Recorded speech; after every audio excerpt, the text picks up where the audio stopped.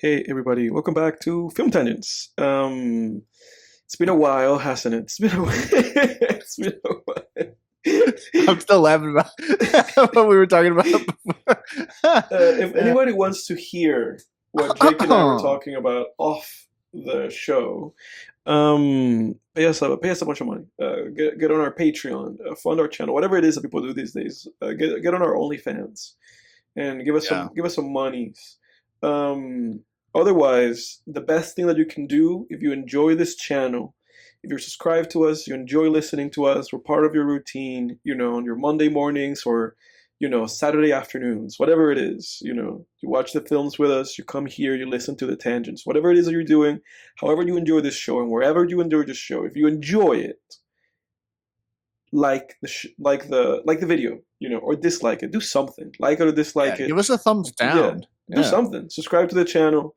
Um, Give us a comment, whatever it is, whatever you want to watch. If you want to watch a movie, or if you want to torture us and you want us to watch, what's that Nicolas Cage movie that we watched? Vampire's Uh Kiss. oh God. If you want us Vampire's to watch Kiss, some yeah. like horror movie that you love, you want us to watch whatever, just let us know. Put it in the comments or tell us what you think about our voices. I know that I have the best voice in the show. You don't have to say it, but Mm, go ahead and say it if you want I would agree with that. to. No, I don't think I'm Uh fucking around. Dude, the way you Uh, said "do something" reminded me of Tony Montana and Scarface when he's like, you know what your problem is, honey? You got nothing to do with your life. Why don't you get a job? Do something. do something. Be a nurse. Work with blind kids, lepers. Get out Classic. there. I have to watch The Sopranos. For me tonight is The Pit night. The Pit continues to put up. Some of those shows where you point at it and you go like put up or shut up, and The Pit continues to put up. Mm. So it continues. I was quoting Scarface, Tony Montana. Oh really? I thought not you were Tony talking The Soprano. Sopranos, dude. I thought it was The Sopranos. Yeah. His son was in the movie of the week. James Gandolfini's son, Yes, he is in this movie. Yeah. the one who accidentally pricked himself. Yeah, with the what is it that it was? The morphine. The morphine. Yeah, he pricks himself with it. He did it That it upside took down. them. That it And then took he them like 20 trips. minutes Yeah. to give to these poor screaming dudes. Yeah. Like, what the Um, hell are you doing? Dude, and on that note, let's get into the movie. Let's talk about this movie like Yeah. right away. We'll get it out of the way. For those of you guys that enjoy movie first, we'll go ahead and get right through it. If anybody doesn't want to listen to this, you haven't seen the movie or you're not interested, whatever it may be, every single video we put out is timestamped, with whatever it is that we're yapping about. So you can skip it or you can listen to it. This is the movie of the week. This time is Warfare. So one of the movies from last year that I had been keeping my eye on for a while because the reviews for this movie were really good. It's sitting at a 3.5 letterbox, 92% Rotten Tomatoes, and a 7.1 on IMDb. So it has like good reviews across the board. Obviously, most of the time, Letterboxd and the IMDb reviews are kind of like about the same. This is a 7.1 and a 3.5, and then Letterboxd is just Letterboxd. It is what it is. It's sitting at a 92, and it has a 93 from the audience. So it's like a concurrent. Like people agree that this movie is really good. Oh, you mean Rotten Tomatoes? Yeah, Rotten Tomatoes. Yeah. This is a Alex Garland movie. Alex Garland, for those who don't know, or for those who are not familiar, it's the same guy that made Ex Machina, Annihilation, and then Civil War recently. But I still gotta see Civil War. I still have to see that too. This is his follow up to Civil War, but also he is the writer of 28 Days Later, 28 Years Later, and 28 Years Later, The Bone Temple. So he's a very prolific writer and director. He co-directed this movie with a guy named Ray Mendoza, who I have not heard of before. This is his first credited role as a director. And I don't think he has like many other details about him. And this is obviously an A24 movie. With Will Poulter, of all people. I haven't seen Will Poulter in a while. All that being said, this is a movie about war, which, depending on where you're listening to this, obviously you're not in the past, but depending on when you're listening to this, it's a very topical thing. these days. Yeah. And this specific war, I think, if I remember correctly, specifically about this like Navy SEALs operation that they had in Iraq, like I think in the early 2000s, like 2004, 2005, something like that. Was this Iraq or Afghanistan? I think it was This was Iraq. Iraq. Yeah, it was Iraq. Yeah. When did we go to Afghanistan? That was like 07, 08, right? Or something? Something like that. If you quiz me on that, I'm Yeah. going to fail, but I think it was something like that. Yeah, because we got Bin Laden in 2011. Yes. So yeah, because he was hiding there, and that's what brought us to Afghanistan, I think. Yeah. Right? I think so. Yeah. Something like that. But in anyways, what did you make of this movie, Warfare? Yeah, man. I thought, I really slack with war movies. Yeah, I know you do. I thought about that while I was watching. I was like, oh, Jake hasn't seen like Saving Private Ryan or any of these like war movies. Dude, it's so bad. Like oh God, I really, when I was watching this, I was like, dude, I have to watch. Like, there's like, I won't even name them, but like, dude, you haven't there's seen. Go ahead. You're outing me. Yeah, outing you. It's like you haven't seen like Apocalypse Now, and you haven't seen Saving Private Ryan. Like you haven't seen any of the and great, Hurt like, Locker. The Hurt Locker. Those are like the big three, yeah, right? Big Basically, those are the big three. I would say, or for sure. Full Metal Jacket. Yeah, for some reason, Jacket for sure. Yeah. Yeah, for some reason, war movies just escape me, and I always say like, "Oh, I'll watch them," and then I never do. But when I was watching this one, I was like, "Dude, this is ridiculous!" Like, at least say Private Ryan. I mean, come on, man. Yeah, but Apocalypse Now too. I know. I got to see that. The fact that I haven't seen Apocalypse Now is really bad. I mean, I'm like embarrassed as a film guy. In fact, if I was a listener and this was my first episode of this show, and I listened to it, I'd be like, "Oh, this is not like." I haven't even seen. Yeah. Well, dude, but this is gonna be on wax. I'm gonna say it here. If you are going to watch like war movies, I feel like if you're gonna watch like five, I'm gonna say five. And I'm gonna say them in the order that you should watch them, based on like how great of a film I think it is, or how important it is that you should watch it. I'm going to say that first and foremost is going to be Apocalypse Now. I think that's like the number one. That's number one. And you have to look into which one you watch. There's like versions of it, and there's like a version of it that you should watch. I think it's like the remix. I forget which one it is. But yeah, I've heard of that. There's like different cuts of it, right? So Apocalypse Now, I would say is number one that you should watch. Number two, I would say Saving Private Ryan. And then number three, I would say Paths of Glory. The Kubrick movie, Paths of Glory. I would say to watch that over Full Metal Jacket. I think that's like a more of a must watch than Full Metal Jacket. Then Full Metal Jacket, and then The Hurt Locker. I would say those. I think those are those five, and I would say them in that order. Okay. Yeah. Okay. And if you really want to skip all of them, if you really are like, I have a short afternoon and I really want to watch just one, watch Paths of Glory, and then fuck. Yeah. Okay. Gotcha. Yeah, I think those are like all on my watch list too. Yeah, I don't know what it is with war movies. A lot of times they're really long, so I'm kind of like... That's what I'm saying. Paths of Glory is an hour and a half. But like fucking, Saving Private Ryan is like 3 hours, and Apocalypse Now is like 3.5 hours. It's long-ass movies. But at least Paths of Glory is an hour and a half. I've seen Black Hawk Down. Well, good for you. That's a good one, right? No, it's not. Who did that? Like Ridley? Who did that movie? That was Ridley Scott. Yeah, it's a Ridley Scott movie, isn't it? That's all my brain. Yeah. Like, all that my brain has gotten into this place mentally where like I remember no life events, no one's birthday, nothing. All that I remember is just film shit. Yeah. It's like, oh yeah, Black Hawk Down, a movie I have never seen. Ridley Scott directed that movie in 2007. It's like, why do I know this? Like, useless, like baseless information. Like, dude, Jesus Christ. Did it even come out in 2007? Black Hawk Down. No, 2001. No, it was like 2002, I think. It was like earlier than that. Yeah. And then I've seen Hacksaw Ridge, but it's really embarrassing. It's bad. Any other genre, I think I've seen like all the musts. I mean, crime, I've seen like you name it. Yeah. Godfather, all that stuff. It's. I don't know, dude. I think I know another genre that you're slacking. If you want me to if you want me to out you, I'll out you again here on the go ahead. show. Go ahead. Musicals. Oh yeah. You haven't Definitely. seen All That Jazz. You haven't seen Hairspray. You haven't seen any of the I classic have seen musicals. Oh, you have seen Hairspray? Not musicals. Not. I don't like musicals really, but musicals I'm okay with slacking in. Okay. You haven't seen I High have School not Musical, have you? seen. Yeah, right. Definitely, many times. Musicals. No, I've seen Hairspray and I've seen West Side Story. Which I've seen Hairspray? Sound of Music. Which Hairspray have you seen? The one with Zac Efron. Then you haven't seen Hairspray. Watch the other one. Okay. Yeah, because you saw the one with like John Gotcha. Travolta. Yeah, that's not Hairspray. Right. You have to watch the John Waters like original one, because the new one is some horseshit. So you have to go back to the classics, dude. You have to go back to the classics. We'll have to look. We'll have to look during the tangent section of this or another episode in musicals to see actually which ones I've seen. Because, like I said, I'm definitely not a musical Neither am I. fan. I mean, yeah, like the musicals that whatever. I've seen them like unwillingly. Like I've seen them like Yeah.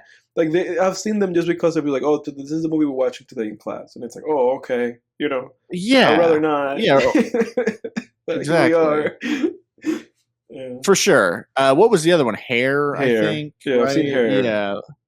Yeah, or like when I was a kid, my parents would just put them on, like a family movie, and it was always weirdly enough, like I don't know, it always felt like some weird Sunday night thing that would be like family movie. We're gonna watch some shit that I know our 8-year-old son's gonna hate. Yeah. They put on like Sound of Music or Chitty Chitty Bang Bang. That's like a big musical, right? Yeah, it's funny because I say that I'm not.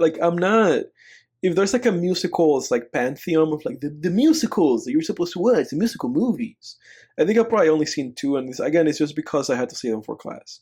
I don't go out of my way to see these movies, and I'm not. I don't want to. I don't even think I have musicals like in my watch list. Like I don't want to watch them. I don't want to watch them. It's an annoying genre to me. Is. I don't hate on people who like them or anything. It's just it's annoying. Anytime I gets singing in a what movie. do you want from me? I'm a 27-year-old guy. Like I mean, what do you want? And that hate for musicals for me extends even to movies people actually do like that are like La La Land, which I think is now part of the pantheon of musicals. I hate that movie. Like I am like a known La La Land like hater. I contend that Damien Chazelle's last great movie was Whiplash, and then after that he's just been making schlock. First and last. Yeah, dude. Great first movie. And last, truly. One trick pony. All right. Warfare. Yeah. Okay.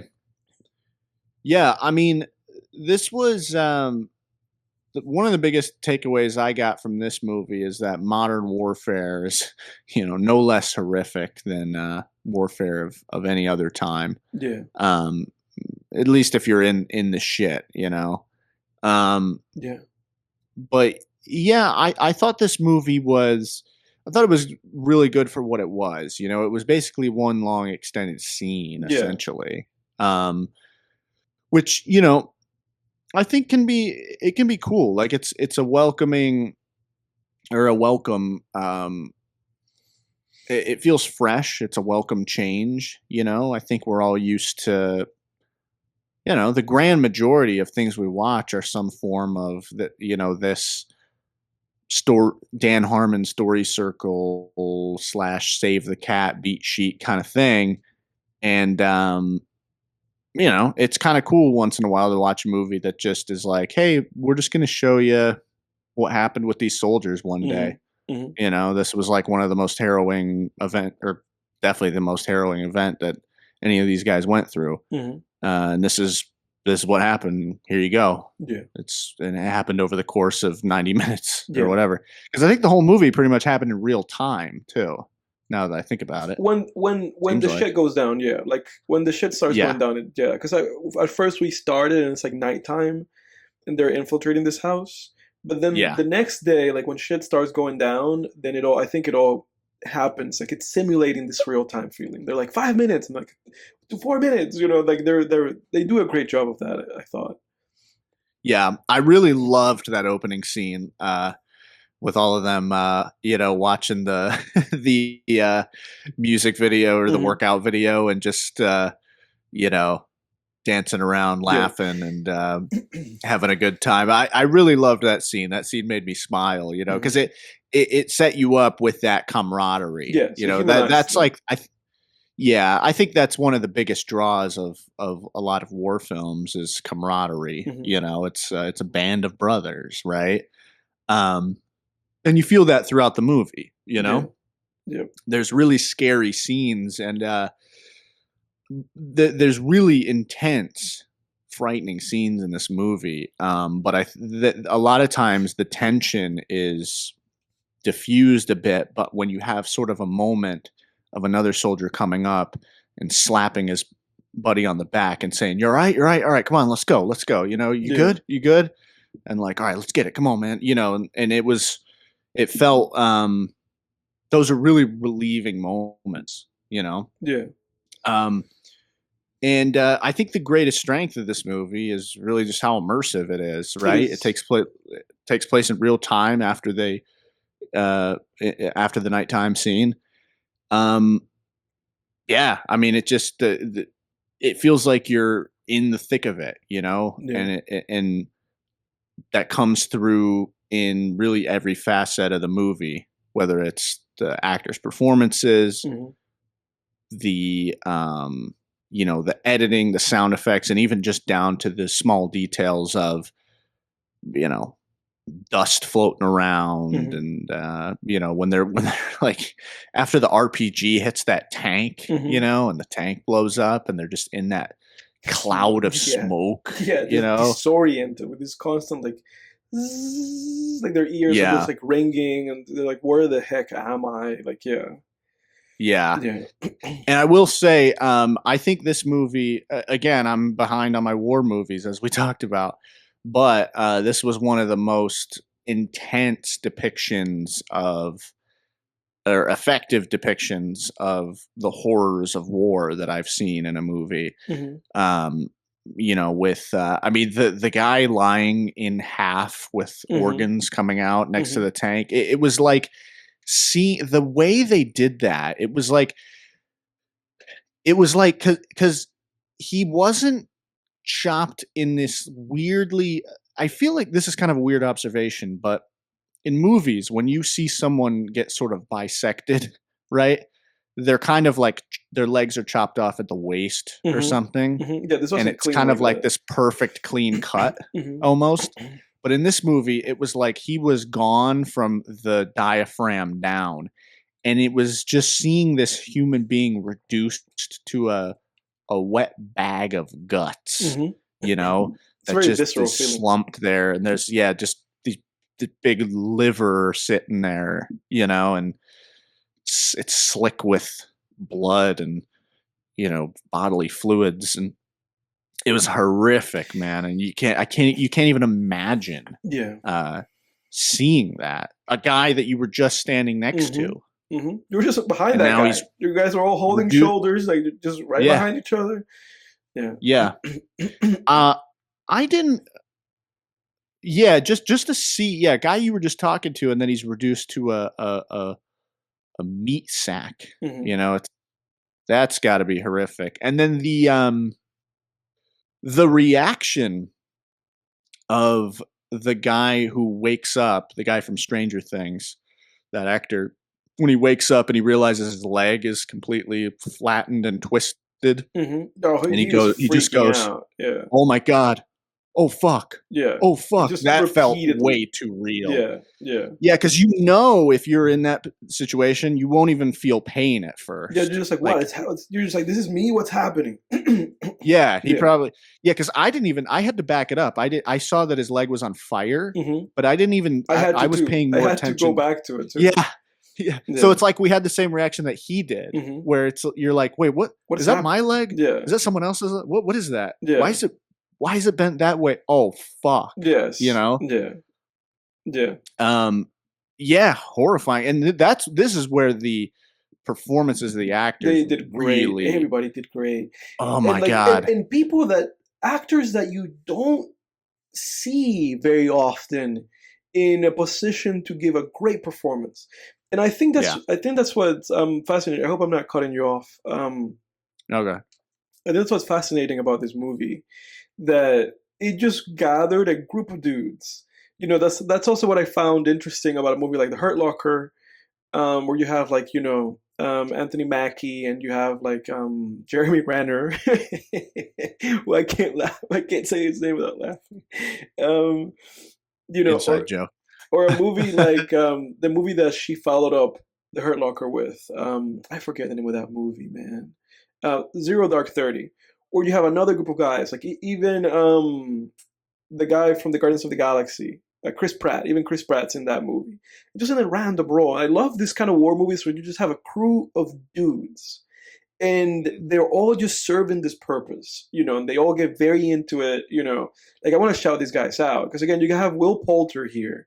Will Poulter, who I think for most of his career is just being known for being like the kid in We're the Millers, with the big testicles, or being like in Maze Runner, or for those who were around in the mid mean kid in Narnia. Yeah, or for those who were around in the mid 2010s, the guy with the big eyebrows in The Revenant, So it's like yeah. So it's like that's right. It's cool. Tell me, look me in my eye right now. Did you see him? Yeah. Did you see Ray?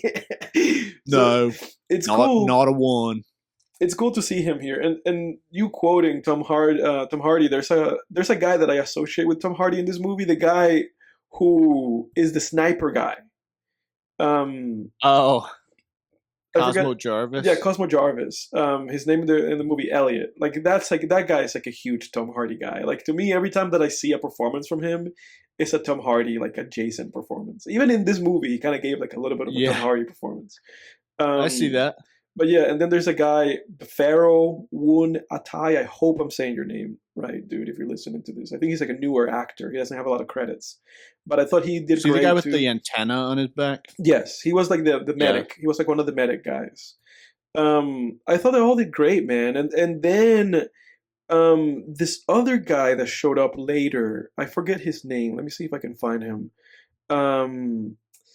The Asian fellow that shows up, and then he becomes kind of like the leader of the whole thing. Yeah, the lead Marine, right? Because those are Marines that come in, right? Yeah, let me see. What is this guy's name? I think it'll probably be or better. No, it says Alpha 2 Platoon, so that must have just been the second. Yeah, I think so. I think he was the equivalent to Jake. That's his name, Charles Melton. I thought he did great too. He was the equivalent of like Will Poulter for the other crew. Because it's interesting, man, how this movie handled this stuff, and I thought this movie was like in terms of like a technical proficiency, in terms of filmmaking, in terms of like sound editing, and in terms of like editing, I thought this movie was like a marble. It was like a little piece of like a diamond. Like, these guys did excellent work. Like the literally like the sound editing in this movie was insane. How they did the unbelievable. Like, it was like, I don't know how this movie was like not nominated for something, because it was like one of the biggest like flexes that I've seen in filmmaking in terms of like just competency, in terms of just sound editing. It was nominated at the BAFTA for Best Sound. It didn't win. But I think this movie is under-recognized for that. I thought those guys did an excellent job.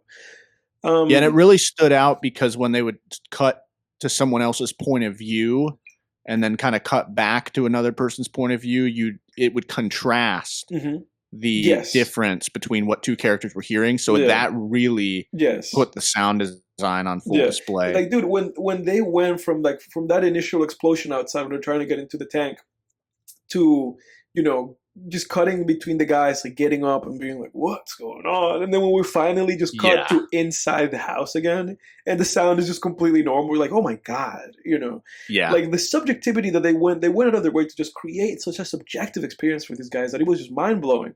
It reminded me of how shit that Wolfman movie was in comparison.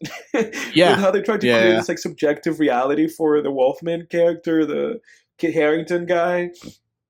Like they did an excellent job with this movie, because I thought this movie's main purpose, like, if for me, it feels to me like this guy set out, like when making this film, they set out to just make a film that just encapsulates this like raw, subjective experience of combat in this specific situation. And that was kind of like the setup. It's like this is a movie where the whole purpose of it is this. How can we get the audience as close as possible from a filmmaking perspective to combat, in this scenario that these guys are in, while also trying to have enough quiet moments with these guys to humanize them and make you care at least a little bit if something like bad happens to them. Because I thought that scene in the beginning when they're just like all listening to that music video, I thought that went like a mile for this movie's like purpose. But also when they get into the house and then they're just kind of going about their goings and that they're going on. It's like oh, this guy's peeing, or they're kind of messing around with each other, like spitting back water, and the other guy just like drinks it. Like just seeing them like goof around and seeing this kind of process to it all, right? Also added a lot to the movie for when like shit inevitably went down, and also for the guy whose like foot gets blown up. The guy from Stranger Things, you said his name is I think Finn. No, that's not the guy. Whatever that guy's name is. The guy from Stranger Things. It was interesting because for a while he was like the second in command to Will Poulter, and it's interesting when you have like a war movie and you have characters that kind of come across as like tough guys, like that guy came across as like a tough guy, and then shit goes down and you see them have a very human experience, like you went from being like a tough military guy to like now I'm blown up and now I'm freaking out, and like and this is terrible and I'm crying, like it was Joseph Quinn is his name. Yeah, Joseph Quinn. Like it was really interesting, man. And the same thing with Will Poulter. Like when we first meet his character, he's very on top of it. Like he's communicating like very clear. Like do this, okay, do that, got it, copy. Talk to the other team, this and that. Like even when he realizes like okay, all of these like enemy folks. Because we don't have any names for these characters. The movie doesn't go out of its way to like showcase the other side of the conflict, and I think that's okay for the purposes the movie was trying to serve. I don't think the other side was really all that necessary, and I think we had an element of the other side through the family that was stuck in that house with them, and it all kind of exemplified like the pointlessness of this whole conflict. But even when it also works really well because, you're telling the story from the memories and point of view of the soldiers. Yeah. And that's kind of how it seems anyway modern warfare is. It's a bit detached where weapons are very long range now. Andy, you're in an urban environment like that. But just long range weapons like we don't use – there's a reason guns don't have bayonets on the end of them anymore. There's a reason soldiers don't carry cavalry sabers anymore. You know, so it is like I like you don't even see the faces of the you don't see jihadi guys. Yeah, you just see like there's one shot where you kind of see the backs of their heads, and I liked that because it was like it felt just very detached, and it made them a little scarier because there's just that unknown enemy that's just kind of pelting bullets at you, and you just hear kind of the of the bullets on the on the walls and windows. Yeah, but again, I found it like really fascinating. And then I remember like the first instance in the movie because again he was like he was confident even through the stages of like we're being surrounded and things are kind of like getting funny. He was still like on top of it, and I found that really fascinating because again, and it's funny being like a guy in a leadership position because you can't at the same time it's like he can't do anything but be calm. Because if he starts freaking out, everybody around is going to be like, oh, dude, our captain's freaking out. Like, now I'm freaking out, So he's like kind of keeping it together until I remember they blow up the claymores that they had set up on the roof. When they blow them up, something happened. I think he was like at the very end of the line. And I think they blow them up like maybe sooner than he was expected.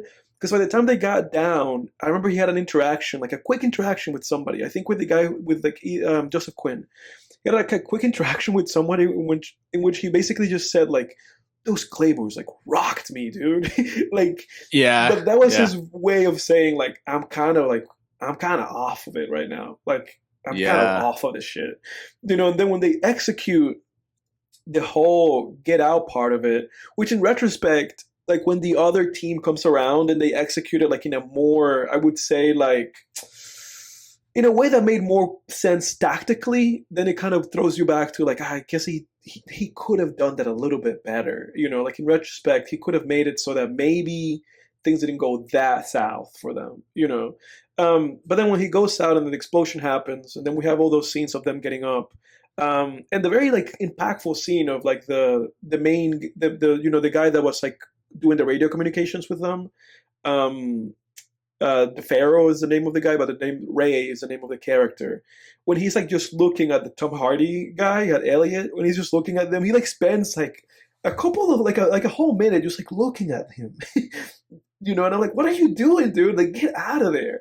And in retrospect, I was like, oh, he was like assessing whether or not this guy was like alive, and it pays off later because he like randomly just like resuscitates. It's like, oh my God, he's alive. Yeah. I remember when you dragged him inside, I was like, what are you doing? Maybe he's alive. But I thought there was like a little thought, and I Yeah. quickly dispensed with it. I was like, he's not alive. This is just wishful. And then when he came back to life, it was like almost like the sloth scene in Seven, where it was like, oh fuck, he's still alive. Yeah, he's still fucking alive. I had the exact same experience, but it was fascinating. That was like to a me. horror movie moment. That actually, it felt like that scene in Seven. Yeah. Yeah. Or like there's a similar scene in Hannibal too. Yeah. Where I think that's a bit of a weird. I think in horror that's a trope that needs to go away. Like Seven did it already, and it's like, all right, the guy that just randomly resuscitates when you thought he was dead. Yeah. But in this movie, it works well. Yeah. I think it can still work well in other genres. Yeah, because I was like, and it comes when you least expect it. The timing of it it's like you said, forever he's just laying there, lying there, and you're like, he's just dead, And then when it happens, you're like, oh my God, I fucking forgot he was even there. And they built it up well because in the meantime, they had Gandolfini's son kind of like treating him as if he is a guy that's alive. Like he's like checking for wounds, and he's like, like tying up his legs so he's not bleeding out. Like, and the whole time they keep calling like back and forth. Like, what are you doing, dude? You're like wasting resources. But it's like, oh, the guy's alive. But I really appreciated Will Poulter's performance because he like I really thought he had such a great performance. And then when the other guy shows up, Charles Menton playing Jake, when he shows up and he's like, okay, he shows up with his team. And he's like uber confident too. He's like, I'm the captain. He's like exuding that captain like energy. Like, I'm in charge. You go here, you go there. We're doing this. He has like a moment. He has like a moment to moment with the other captain, with Will Poulter. He's like, hey man. He says like, hey sir, are you okay? And Will Poulter goes like he's like, dude. He's like, I'm fucked up, dude. Yeah. It's like, I'm fucked up. It's like, I need you to take charge. Like, I found that scene like very like fascinating. And then they carry out the plan because he finally gave himself permission to, drop the tough guy, the leadership. Exactly. He finally had permission to let go, and not have to put up that front anymore as the leader. Because, like you said, if the leader loses his confidence, he's kind of over. Yeah, but the group scatters. Yeah, but he had been fucked up for a while, because then he had to go through the second explosion. So he had like 2 explosions that impacted him. So he was like just messed up, just trying to somehow keep the few guys that he has left alive, and then the other guys show up and they do like a show of force a few times, and they coordinated it in such a way where it just kind of like made sense. It's like, okay, I see how this makes sense. Like, you're asking the tanks to shoot the places around you. You're like making sure that all these guys are kind of like, that nobody's around and that there's like a power thing that's like, exploding around them, and you're doing the show of force for like an extra precautionary thing. Like, do the show of force, and then we'll go out, and then we'll like try to like leave this place, But I thought it was all like really, I had a really great experience with the movie. I thought they did it like in a really like fascinating way. Yeah, no, I did too, man. A couple things that you said that I definitely want to follow up on. The whole, I love that whole sequence from the very beginning of the movie, not the beginning of the movie, but the beginning of them in the house in the daytime. Up until that grenade hits the floor, which, by the way, when that grenade hits the floor, I'm just like, what the what the fuck? Yeah. I was like, Just oh my god, is ding, ding, that? ding, ding. Yeah. And that felt so real, where Mhm. everybody just kind of looks at it, It's like, and what? there's this moment where they're like, what is that? What the They're like, hell? oh fuck, Yeah. Yeah. Um, but I love that because it's like it's definitely a sequence that some people would call boring or too slow, Yeah. but Oh, dude, I was saying it it the whole time. it worked for me. Same here. It worked for me on a very similar level to the way that the whole movie The Killer by David Fincher works, Yes, where I agreed. just can't help but be fascinated by this process hmm of these dudes just doing what they do, It's you interesting, know? man, because like you don't see And like but there's a suspense build up too, exactly. you know? Because Yeah. like, we've talked about movies like Dragged Across Concrete, or we've talked about shows like, Better Call Saul, or like you said, the movie The Killer, which was it's one of our Phantom episodes because it's gone. Yeah. Uh, It's gone. We did but review it though. yeah, we did review it, but it's one of those things where it's like I think sometimes filmmakers like don't value the just the intrinsic like curiosity that's involved with like a viewer watching somebody do something that the viewer themselves is not like privy to how these things function, and especially like you said when you add stakes to the situation, because in this movie not only do we know that there's like this constant thing going on outside where these guys are kind of like arranging themselves and like shuffling around and like this weird things going on. But also there's instances in the movie where I thought something was gonna happen, Like there was an instance when Cosmo Jarvis was like looking through the hole with his sniper rifle. There's an instance where he goes past like a window and there's like a flash. There's like a little bit of like a flash. And then he goes back to it, and then he kind of quickly moves away from it. And in my head I was like, dude, there's like a sniper on you guys. In my head I was like, Yeah. there's another Yeah. sniper on you. And so when then he goes and he says to the other guy, he's like, hey, I need to take a break, I need to get like my nicotine, and when he gets up and then he switches, I'm like, it's one of these guys who's gonna get shot. Like, like what's gonna happen? It Yeah. was in the same exact Yeah. line of thinking, dude. Yeah. Same here. I was just waiting for something crazy to happen whenever they would look through that scope. Just that freaking like, like that bullet sound of, and then you hear the gunshot after the bullet hits. Yeah. Yeah. And then what you were saying too. I had the exact same thought about. I often have that thought when I watch movies like this, or even very intense police body cam videos of, these tough guys who we're all just human at the end of the day, and unless you're some kind of, I don't know, psychopath, you're going to have some a reaction to a certain level of intensity. You're going to hit a threshold where you're going to become just that frightened little kid that you once were again, like that frightened little kid that we all were. It's still down there, that's still there Yeah. for most of us. Yeah. And you can build yourself up as a person, but there is a certain threshold that you can hit where that frightened little kid will come out once again. Yeah. And I remember watching I think you and I talked about this police body cam video that we had both seen, but it was it's the one where they come to the guy's house, and I don't know, he wasn't having some kind of mental health crisis, but they like threw everything at him, dude. They threw like pepper balls, tasers, everything, and he still wouldn't go down, and eventually he attacked the cops, and that cop had to shoot him. Yeah. Yeah. I remember that.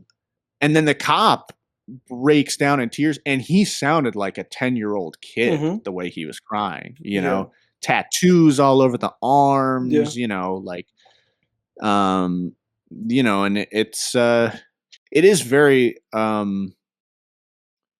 it feels, it's just very interesting when you see very strong, capable guys in a situation like that, and you see them break down. It's like almost how you would imagine seeing, like if you were a kid and you saw your dad cry, or like you saw your dad get beat up. It's almost like that in a weird way, where it's just like, oh shit, like this guy can freak out and cry too. You know what I mean? 100%. And that's how it feels when you see these tough guys suddenly just Mhm. like, oh my god, oh my Exactly, god, oh my god, exactly, oh dude. my god, It's, especially because we see them be, we spend enough time with them in that scenario where they're playing that role, and they're all just like very calculated. Everybody has their own thing they're doing. They're all doing it well. There's like this chain of command, like and like, but like you said, like when all of that breaks down and you just get to this very human thing where they all just come across as little boys and just like being like, please get me out, please somehow, so God, please somehow get me out of this situation. yeah. It's very fascinating. Especially there was that one guy that they kept cutting back to. He barely has any dialogue in it, but it was like just the scared looking guy. Yeah. And it's funny because Which I think at some point one of the two guys that's wounded says like, "What is he doing?" One of them yeah, goes like, "Hey, what are you doing, man?" And the guy the yeah, whole time the guy was just in the corner, just staring, like looking yeah, forward. yeah. And they go Just like, this 1,000-yard "Yeah," stare. they're like, "The stairs are compromised. Go up the stairs and secure them." And it's like, "Oh my god, dude."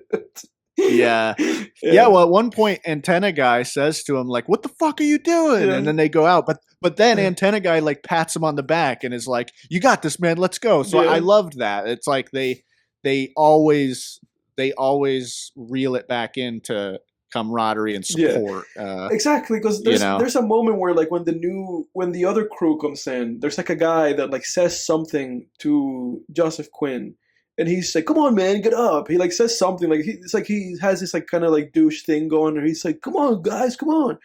Yeah, and he And keeps, like, accidentally yeah, kicking he kicks them and him. shit. Yeah, and the I antenna wanted to guy touch like, on that but too. the Yeah, antenna go guy ahead. just I'm glad goes you brought that up. off on him. He goes off on him, and it's Mhm. fascinating because then you understand like, oh yeah, these guys have like a camaraderie within their team, and then the other group of guys are just like douchebags who are in the other team. Like, but they have all these guys in each group. All of them have like a system, and they all care for each other, and there's like this like unit. But I found that fascinating. What was your thought about that scene?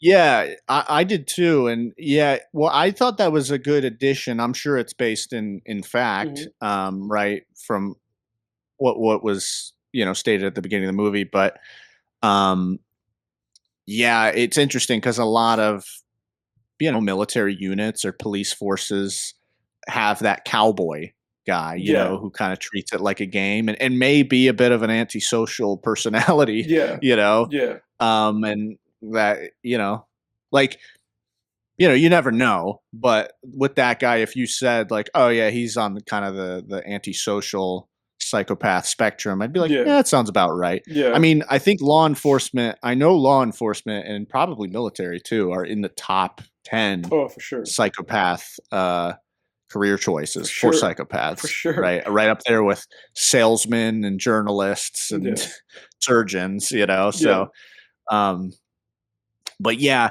I uh, if this movie wasn't based in reality, I would say that felt like it didn't go anywhere. It felt like that didn't build to anything. But I understand that this movie was trying to be accurate, and so it's probably the case that really nothing much happened beside the guy just got yelled at, right? Um, yeah, so yeah, it's not really a real criticism, but I was kind of sitting, just the human part of me was sitting there waiting, like, where's this going to go? Like, yeah, far is this going to escalate yeah. It with didn't this go anywhere. douchebag? Yeah, You know? but it was interesting. It was an interesting detail. But Yeah. that being said, do you have any other points? Like, do you have any other things about this movie that you want to put out there before we move on? No, the only thing I guess the only other thing I wanted to say was I think, I haven't really read about the production of the movie, but just based on the end credits and the footage, the behind the scenes footage they were showing, I would suspect that each actor spent maybe Yeah, some time with the with person. their character, Yeah. yeah, with the actual person, and I think that probably was part of the movie's success. Hmm. Just really immersing the cast and crew Hmm. into the reality of what happened there, um, and it really shows. Yeah, Yeah. this was good, man. Yeah. Yeah, dude. That being said, before we move on, what do you rate this thing? Probably a 7 out of 10. That's where I'm at. I would say. Yeah, that's where Yeah, I'm at. I think it's a it's great 7 out of 10. yeah, I thought it was a really good movie. It might grow on me like on a rewatch. It might go down on a rewatch. Who knows? It's one of those movies where like maybe a rewatch is not like that great of an experience for it. So I have the kind of that thought in mind. Like how many times can you watch this thing? But I feel like that's like a thing with war movies a lot of the time. Like I feel that way about Saving Private Ryan. Like it feels like you watch it Mm, one time and you have that kind of visceral experience with the film, and then because I've seen that movie twice and I have it at a 7.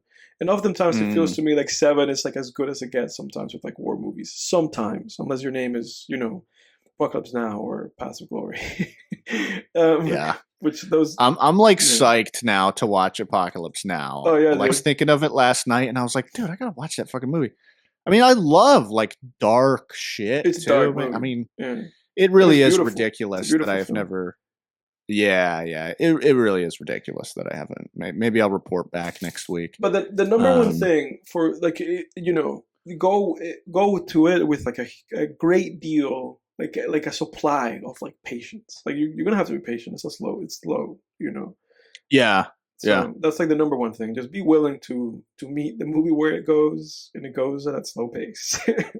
yeah. Yeah, That doesn't surprise me. I yeah, mean, Francis Ford Coppola, yeah. Godfather movies, they're like that too. Very indulgent. Um, Yeah, yeah, they're epics. yeah. You know, yeah, definitely.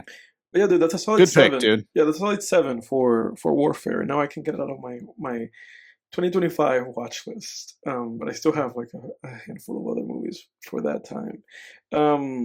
But that's it for the review for this time. Everybody, I hope you guys enjoyed that review of the movie. Moving on, I wanted to talk to you about something that I've had on my um, list for a while, which All right. is tricky ads. I want to have an ads conversation with you. And it's funny because before we started this show, like when we first got on the call, we had ads on the platform that we used to record this show. We had ads. Yeah. Which is pretty bananas, because that's also the first time that had happened. Like I got into this call like maybe a couple minutes before you, and I was like, "What the heck's that?" And it wouldn't go away, and then I had to click like dismiss or like I don't want to see this. But now I'm expecting to see that again. There is like this escalating experience that I've had with ads where they become more. I feel like ads have become more and more intrusive over the past like couple of years for me. Because before, Oh yeah. like you would engage with ads in such a way where like let's say you're watching like a YouTube video, usually you put a YouTube video and at some point, depending on the video or depending on the length of the ad, it'll be like, skip. And then you can just skip it and it skips the ad, and you get into the video. But now with YouTube videos, they've gotten to the point where like you skip an ad to go to another ad. It's not even that you're I know. skipping to go to the video. That has been like a huge pet peeve for me lately. And another one is that sometimes I will be watching something, right? And then I will get like just like an annoying ad on the video itself. Like, I've noticed that too. You got to yeah, like dismiss it. yes. It's like go away. But you Holy have shit. you have to manually, it won't even go away. You have to manually click and go like dismiss. I know, man. So Yeah, dude. You know what else is pissing me off is Amazon Prime, because there doesn't was a watch your time ads. when you paid for Prime Yeah, and you don't have ads, but now there's like tiers. So all of I have the us, one we with started ads. getting ads, Yeah, and we got to pay more to not have them. It's like no. That's not how it works. yeah, If we don't pay for Prime, then you would put ads on it. yeah. Right? That's like Tubi. Right. Tubi, you go and you The just ads are watch it paying and for there's the ads experience. because you're The not same paying. way that it works for YouTube. The ads are paying for the experience. Yeah, and I'm like, dude, do you really need more ad revenue? I mean, do you need it? Do Yeah. you need it? Well, it's Really? fascinating that you say that, You man, know? because it's fascinating to say that because you are paying, like you're paying, it's just crazy to think about that. Like you're paying for a product and you have to watch ads, despite the fact that you're paying for the product. And the same thing's true for Netflix. They just recently increased their prices. Like Netflix went up again. Like now, if you Yeah. if you have Netflix with ads, I think people are now paying like $10 to watch Netflix with ads. You know, and if you want to watch Netflix without ads, I think now it's like $25, like some crazy number. You know, like Yeah. premium or whatever it is. It's crazy, dude. And the funny thing is, like recently, like a few months ago, I was like, you know what? I'm gonna downgrade my HBO Max subscription. Because I think like me personally, I think I only pay for HBO Max. I think I pay for Max and like Prime, and then everything else that I have access to is like through family or whoever. And so recently I was like, I'm gonna downgrade my HBO Max subscription to the ad tier. So I went to HBO and I put it on the ads, and then I tried watching TV, and then it was unbearable. It was Yeah. unbearable because it was Oh, like dude, the ads just amount of ads on yeah. Prime is insane too. It's insane because these things, like these shows, are now built for ads. Like how these shows are written and how these shows are structured. There's not an ad break in there. So you'll be Right. watching a show and you will get like this like 3-minute ad out of nowhere where you're like in the middle of like a scene. Like it's the middle of Right. someone's life. They go like, oh, by the way, ad. And you're like, oh my god, Yeah. oh my god, dude. That Or was they like fire a gun and Yeah. before the bullet hits whatever it's gonna hit, a Yeah. fucking ad pops up So- and you're like, oh, I gotta fucking It's pretty Oh, it's crazy, insane. man. And then another Dude, thing is that Amazon- sometimes I will have ads, and these are the ones that are my biggest pet peeve. Other than the ones you have to dismiss on YouTube, I have ads where I'll be watching a video and something like the video will go away or something, right? But then where you can click to like skip the ad, like whatever, like however this thing's structured, right? When you're like, watching a video and then it gets to the point where it says like skip ad or whatever it is. It happens sometimes in such a way where the skip thing is like right next to or overlapping you clicking on whatever will install the product or whatever will take you to yeah. the website of the thing. Yeah. Like that is dude, that's like the number one by far, like the number one thing that bothers me the most. And they do it on purpose. You know that they on purpose put the thing that says skip right next to the button that will take you out of YouTube into a whole other website or into the App Store or into whatever.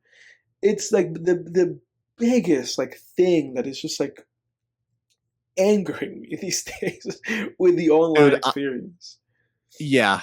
I'm I'm a patient person. Like if there's anyone who knows me, I am nothing if not patient. Yeah. And I'm not quick to anger. But dude, ads just grind my gears. Yeah, dude.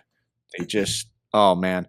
The AI ads are so fucking creepy, dude, too. Like, if anyone wants a trip, if anyone wants to, dude, I saw the weirdest fucking ad that I've ever seen to this day. Okay. To this day, dude.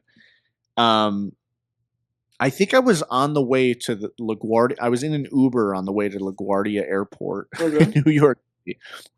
And I just had my headphones in. I was watching YouTube, and this ad pops up for something called Drama Zoo, and it's like some AI, and it's like some AI animated thing, and it's like this weird, I don't even know, man. It's this weird. It gives you this weird storyline where these two cats are getting married, and then the husband cat pushes the wife cat into the ocean, but she gets saved by an AI killer whale, and the killer whale brings her to shore, and she gives birth to a kitten, and then that kitten grows up to learn kung fu, and the entire time, dude, this song that consists of one word and one word only is playing, and that word is meow. Okay. And it just plays the whole time.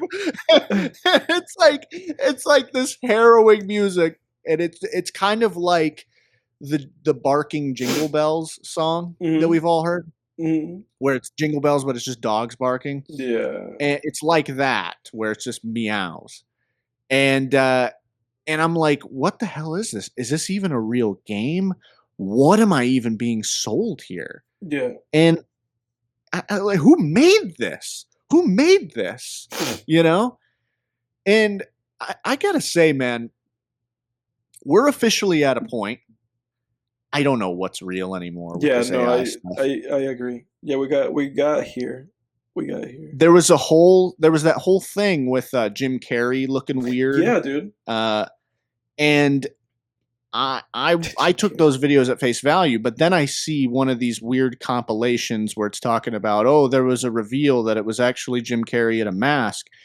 And there's a video of Jim Carrey sitting there with that weird look, and he grabs his neck and pulls off a mask. I've seen that too. But that's fake. That's like an AI thing or something. Exactly. I'm like, is this real? Is this fake? I'm assuming it's fake just because of the content of it, but it doesn't look fake.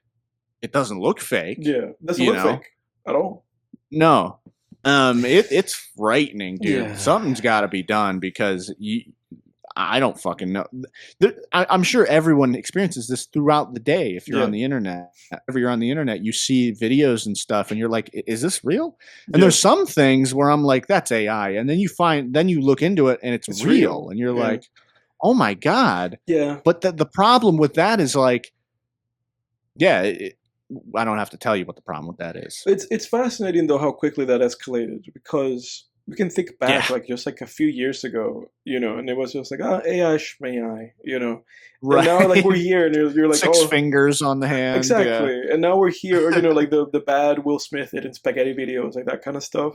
And now we're here, and it's like, well, now depending on how sophisticated it is, or depending on like how sophisticated or simple a prompt can be, or how an image or whatever it can be, that there's no distinction. There's no distinction. It's insane. Yeah.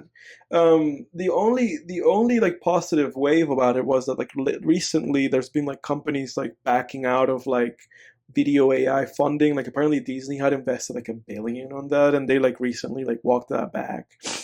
Thank God. So there's like an element of that there's an element of a negative reaction to what's been going on from like companies and people and so on and so forth. But at the same time, it's like, my God, dude, like what is and what isn't anymore? I don't know. Especially the whole Jim Carrey thing. That was like a saga, because like it was like every day there was something new about it. Is that him? Is that not him? Is it some guy as him? Is it actually him wearing a face? Like what was it? At the end of the day, the answer was the most boring one, which was, it's just Jim Carrey. And he's just with some bad plastic surgery. Yeah, that's all it is, But of course, the fact when I saw it, I was like, dude, he just Michael Jacksoned himself. Yeah, like, that's it. Yeah. But this isn't new. Hollywood people do this all the time. But that's the funny thing, though, that any one of the other answers, it could have been. Like, I remember that for like an hour one day, I when I was like following that news cycle, I was like, oh, it was just some other guy dressed as him. I believed it, especially because I know of instances where people have done that. For instance, like there was like way back when like Spider-Man No Way Home, or like the one where Peter Parker goes to like, with the one where they go overseas, like the second one. Far From Home, I think. Yeah, I think so. Yeah. In that one, the comedian Hannibal Buress is in all three of them, I think. And he plays like a small role. He's like their like coach. He's like the high school like coach. And because he's part of the movies, even if he only has like a 45-second role in the movies, they still get him out to like do promos and stuff. And they needed him to go to the red carpet, like to like some random red carpet event or something. And instead of going, he paid an impersonator. He like paid a guy. He gave him all the credentials, and he was like, "You're gonna be me. You're gonna be Hannibal Buress, and you're gonna go." And you're going to go and just be me at this red carpet. And he did that. Yeah. And so a guy showed up, and he was pretending to be Hannibal Buress at the red carpet. And then Hannibal Buress eventually made it into like a bit. He was like, I made a guy be Hannibal Buress. I paid him, and he showed up, and he was me, at the red carpet for Spider-Man, And you can go online and watch videos of that guy and being interviewed and say, how are you doing? And he's like, oh, I'm doing great. Like, oh, we're here with Hannibal Buress, and it's just some random guy. So because it has happened in the past, I was like willing to accept that. I was like, okay, I guess it was just like, I guess Jim Carrey didn't care, and he just paid a guy to be him, But obviously the reality of it was just Jim Carrey. Yeah, I could have bought that. You never know what they can do with these weird masks and stuff. I mean, shit. Like if someone even didn't look like him and just had like that was a potential explanation at one point that it was someone in a mask who would have to at least look somewhat like him probably or be his height and build, but yeah, I it's not that much of a stretch. Yeah. But yeah, these ads, dude, they got to go. But my girl was saying this. She was like, as we were talking about all these different streaming services with their ads, and she was like, "Oh, it's just like television again. It is just like we're just television. back to TV." We went back because it's interesting, man. Because all these companies, they always get ideas, and this was part of like my whole point with the ads thing. Everything starts a way, and however it is that it starts. For instance, like something like this, like something like whatever it may be. For an example, I'm going to use Microsoft's gaming subscription service because everything also now is a subscription service.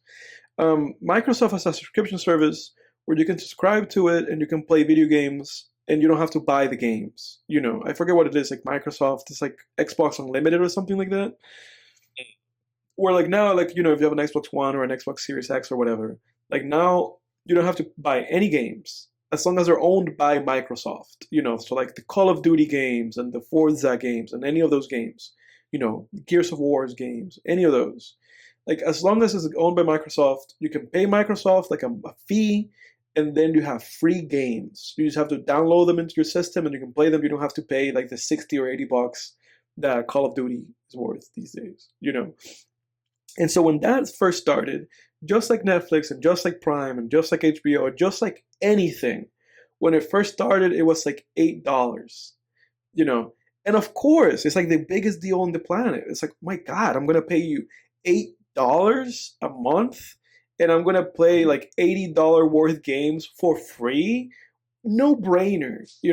And then eventually, when they get everybody in, and everybody gets in the door, and everybody gets used to this way of living, right? Where it's just like, oh, Netflix, $7. You got a bunch of movies in there. That's all you got to do. You got to pay $7 a month.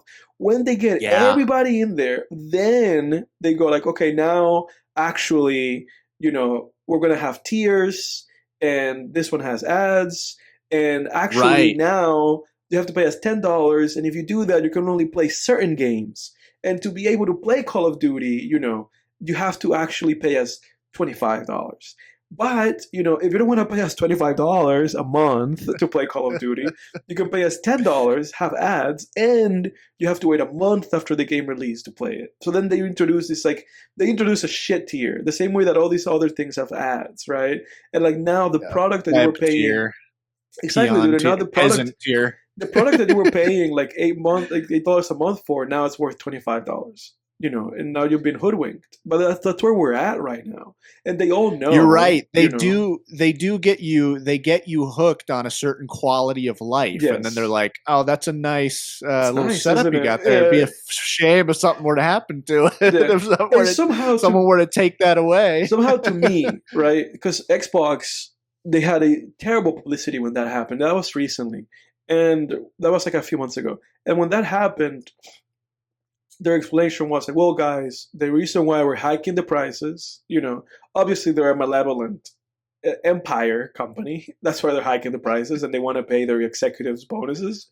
Beside that point, they were like, the reason why we're doing this, guys, is because we expected so and so many people to subscribe to Xbox Premium or whatever, and they didn't do it.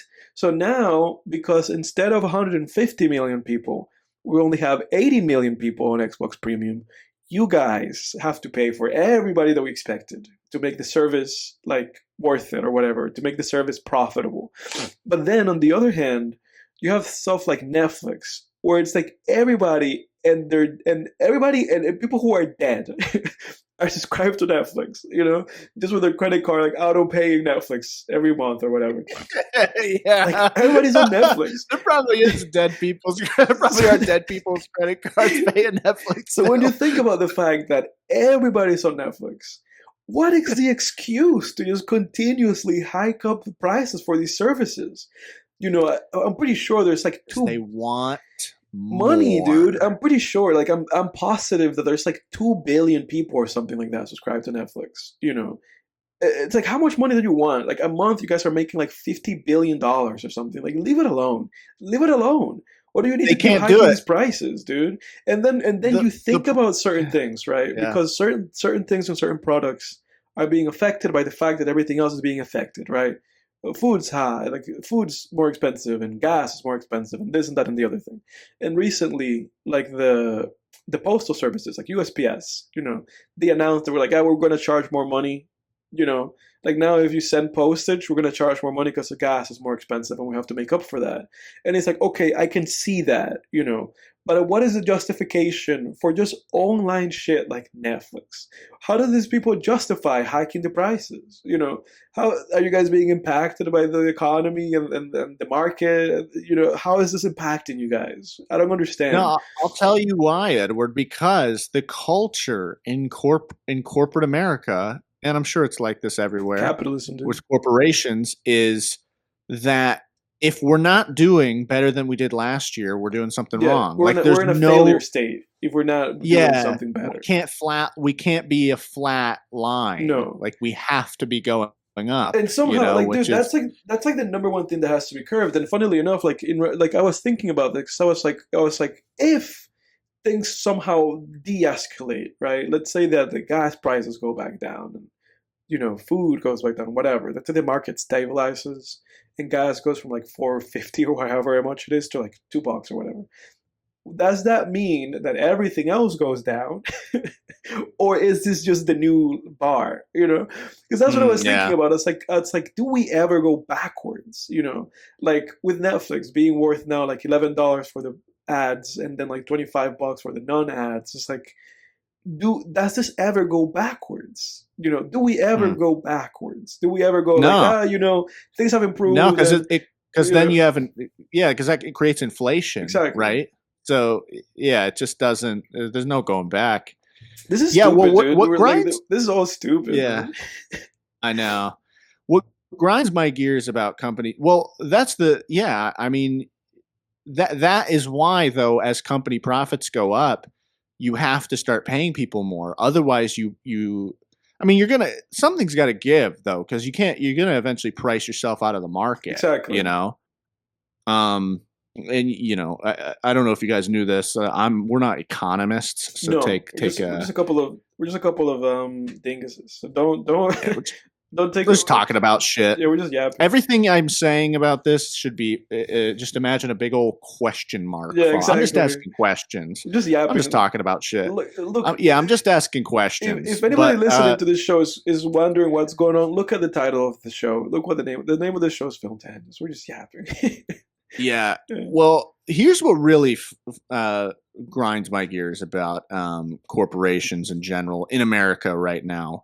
It's this, right? It's that they don't pay people enough. They don't pay people enough money anymore. That's just the first thing. That's not the only thing. Grinds my gears. No shit, Jake. Yeah.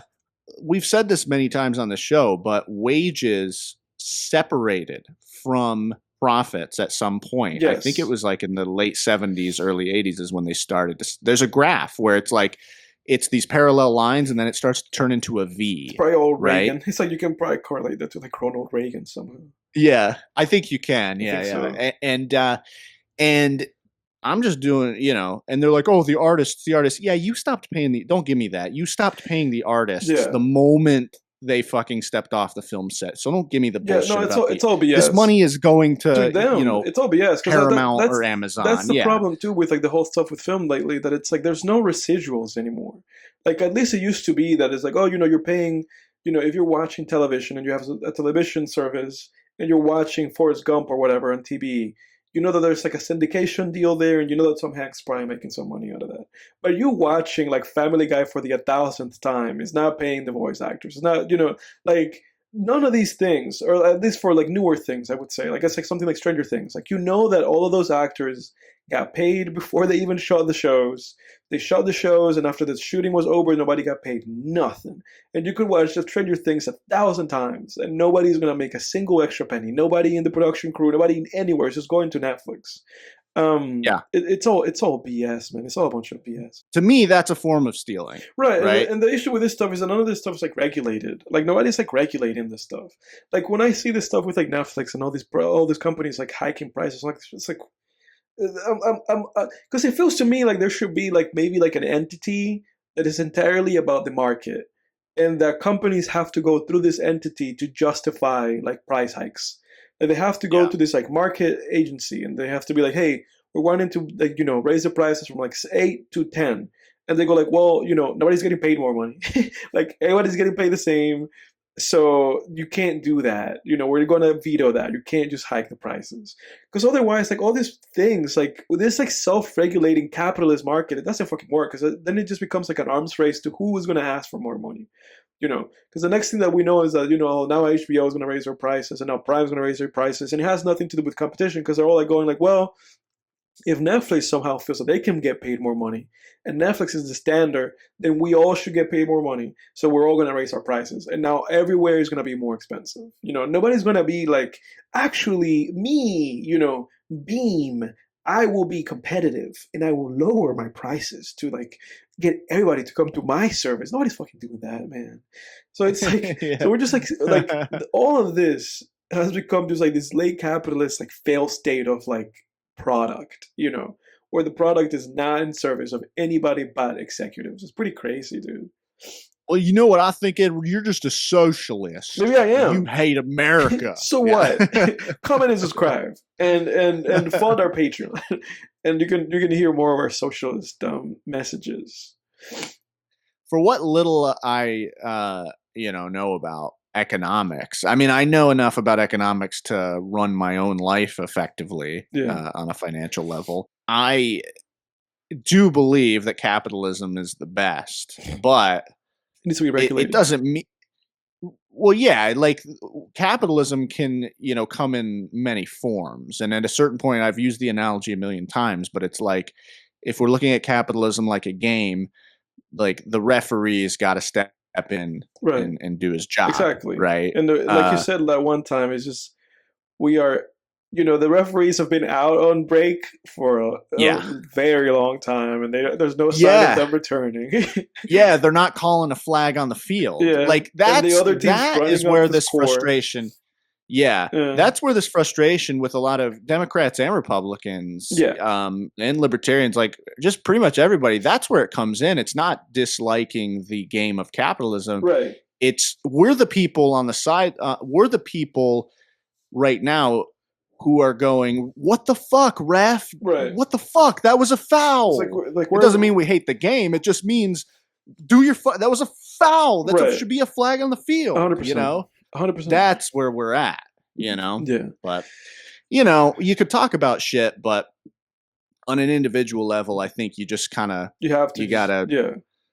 just got to grind it out and figure out what's the next right action for you. Right. Because 100%, dude. And that's really, I guess that is ultimately the one thing, right? It's like, you just have to be able to put your best foot forward. And just continue to just strive towards positive action and just trying to see positive change. Because like you said, it's like, it reminds me of like Game of Thrones when she's like, I'm not reinventing the wheel, I'm going to break the wheel. And it's like, okay, she didn't really do much of anything for one. But for the other, it's like, nobody's in a position to do that. So we have to just see the things for what they are, adapt, and do for sure. And take the best possible course of action with the situation at hand. Or you can move to China. I hear they have it pretty good over there.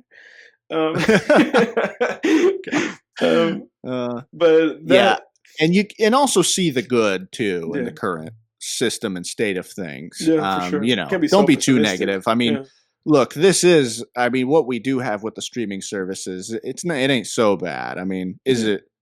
There's frustrating things about it, but there's always been frustrating things about every model. Yeah. Like sure, 10 years ago you could watch Family Guy and South Park and American Dad and Cleveland Show, right? And The Simpsons probably on Netflix. Dude, but then there were other shows. Then there were other shows where it's like, well, where the hell do I watch that? And you just got to rent it. Dude, Netflix is a whole other animal depending on where you're at, bro. Netflix is one of those things where I'm like, the only reason I even pay for this is like FOMO because Yeah. it sucks. It sucks. There's It's terrible. nothing There's good nothing on there. it. It's But terrible. once in a while, there's like, Once in a this while. new show or Yeah. this new, this new Matt Damon movies on Netflix Oh, yeah, I or gotta watch whatever. that. Right. RIP. So Yeah. it's like a weird FOMO thing. Yeah, there is an but element to it. overall, it sucks. There's an element to it, but my point being that it's like if you have Netflix and you're like in another country, it's different. They do have like Family Guy and South Park on it. It works differently depending on where you're at.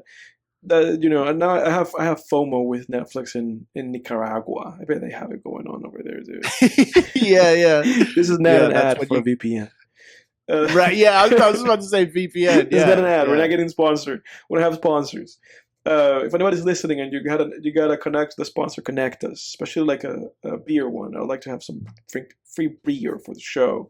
Let's get this show on the road. Let's do a recap. Mr. Jake, what do you have to recap for this week? Yeah, let's do it. I got pulling up Letterboxd. It's been an interesting week with the stuff that's come out. Today I saw that Pooh Shiesty kidnapped Gucci Mane, dude. I saw that and held a gun on him and told him to sign. Dude, because he wanted out of his recording contract. Yeah. It's like I'm just imagining Pooh Shiesty's lawyer being like, yeah, there's probably a loophole in this contract we could exploit. Give me 24 hours and I'll get right back to you. And Pooh Shiesty's like, you know what? I got a better idea. And he grabs a fucking gun. Yeah. Let me grab my gun. This is how we do. This is how we really do it. Poor Gucci Mane, man. I'm glad he's okay. People are saying that people are saying that he was like that he knew something was going down because apparently he didn't have a lot of money or expensive things on him like chains or anything. Oh, so people think that he was like that he knew that it was like a setup or something. Very interesting. He got a tingle, dude. Well, he got a Spider-Man tingle in the back of his head. That Gucci tingle. Oh yeah. Well, he's a smart guy. I mean, he operated in the streets for like decades, man, and survived prison, and that guy knows the laws of power right there. Yeah. But yeah, I feel bad because it's like I feel bad for Gucci Mane because it's like when he got out of jail in 2016, he really like turned his life around. Yeah. And I don't know, he's probably still in Atlanta. And I think if there's one thing that I think a lot of rappers should take a page from Chief Keef's book and just move out to Beverly Hills, to Los Angeles. Because that, like, I remember Chief Keef was being interviewed and they asked him about moving out to LA. And he was like, that's the best thing I ever did. Yeah, 100%. Was to get the hell out of Chicago and get out of that environment. You gotta get out of that mindset because a lot of these guys like just grow like they come up in a mindset and they just like despite the fact that the circumstances around them change, they get stuck in that mindset and it's like, well, this is it's like you gotta get out of that, man. You can't be out here being like a successful guy getting robbed like at your own studio. Like, come on, man, get out of here. Yeah, man. Okay, a few movies that I watched this week. I watched The Housemaid, the Sydney Sweeney movie. That was whatever. I didn't think it was really good. Yeah. It just kind of made me want to watch Gone Girl because Gone Girl is like a 10 out of 10 movie. It's a perfect movie for sure. Yeah. Housemaid was like, it had, I guess, kind of similar themes and a similar like, halfway or act 2, late act 2, early act 3 reveal kind of thing. And it's one of those movies that you scratch your head. It's specifically thrillers. Sometimes you watch a thriller and you scratch your head and you're like, what is this? And it's a weird question to ask, but you ask it once in a while when you watch a movie. You're like, how is this story even justifying its existence? Like what is it about? This just feels like a weird series of events, and I don't know what we're getting at here. Yeah, so I wasn't crazy about it. There was some, in the first act I was kind of intrigued, but yeah, it was whatever. All right. And then my girl had never seen Office Space. Oh, what a and, banger! What a classic! Yeah, we had a little, Damn, it rant, a feels similar good to rant. be a gangster. Yeah. Yeah. What a great movie. Oh, fuck yeah, man. Well, we had a similar rant to the one that you and I had when we were walking the dog one night, and I was like, "Oh my god, you got to watch Office Space." Yeah. And I was like, "Now, remember that rant we had about corporate America? Yeah. Just keep that in the back of your head while you You're watch watching this movie." Yeah, 100%. Yeah.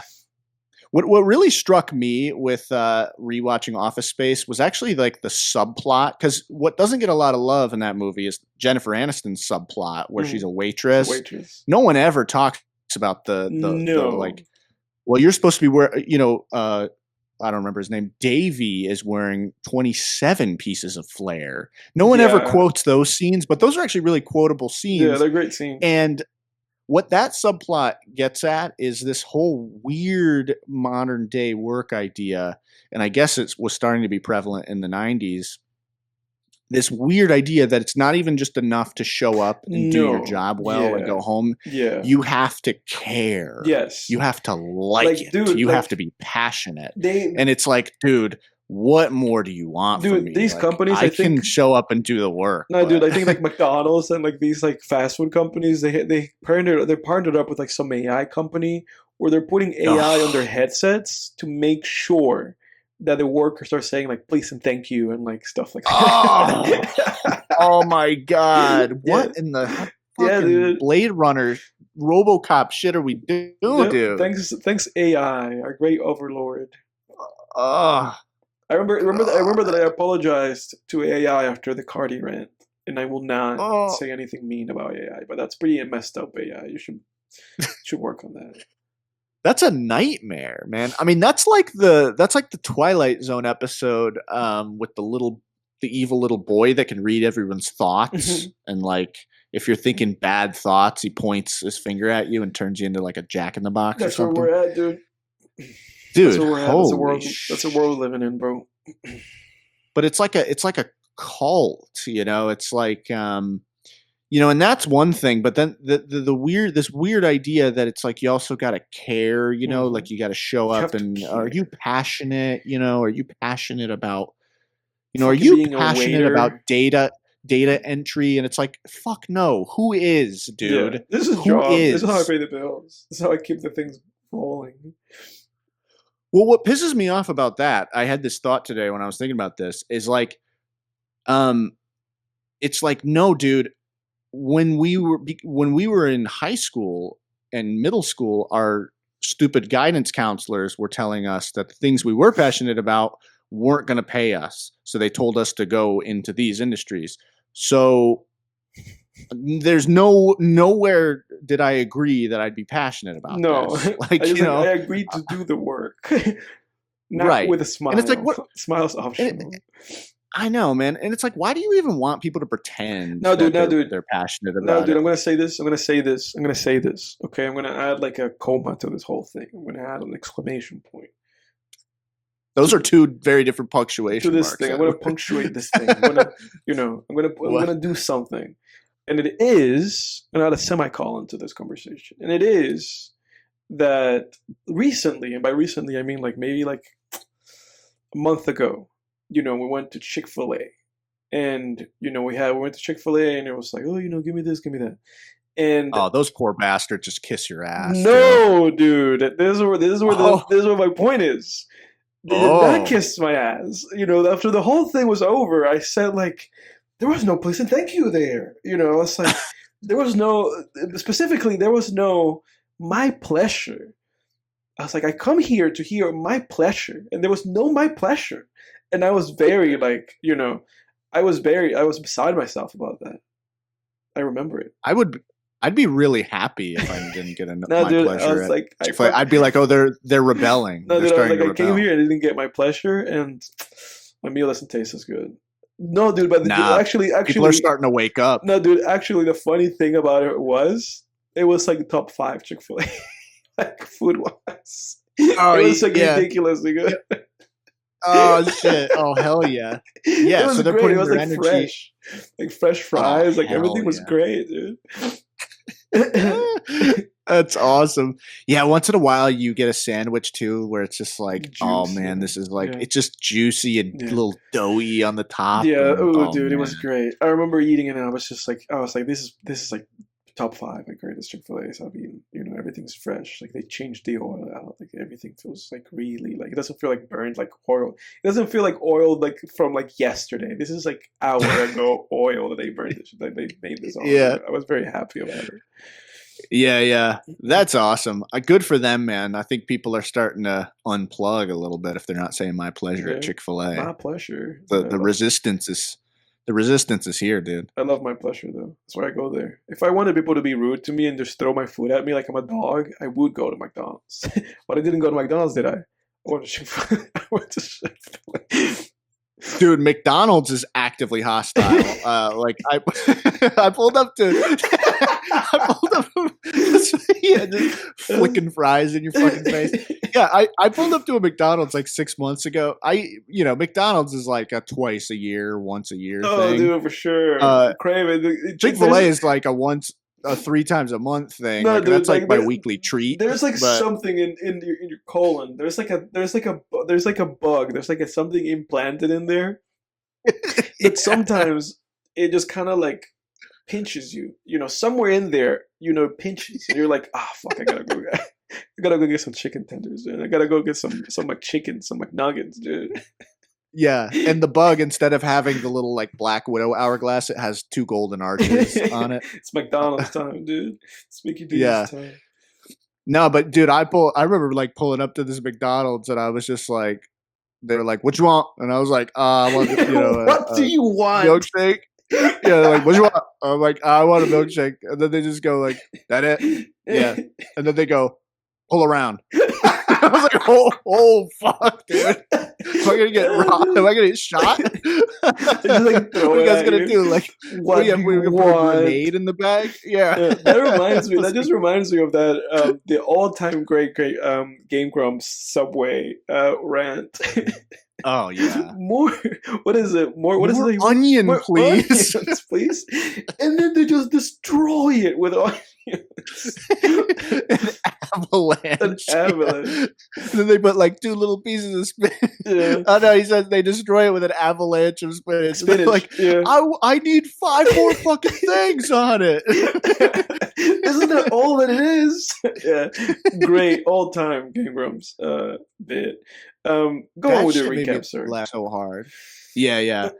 And then my girl and I are watching. It's a rewatch for her, but she wanted to rewatch it ahead of like the new season's coming out. I think. She watched the show School Spirits. It's a Paramount Plus original. So I've been watching that with her.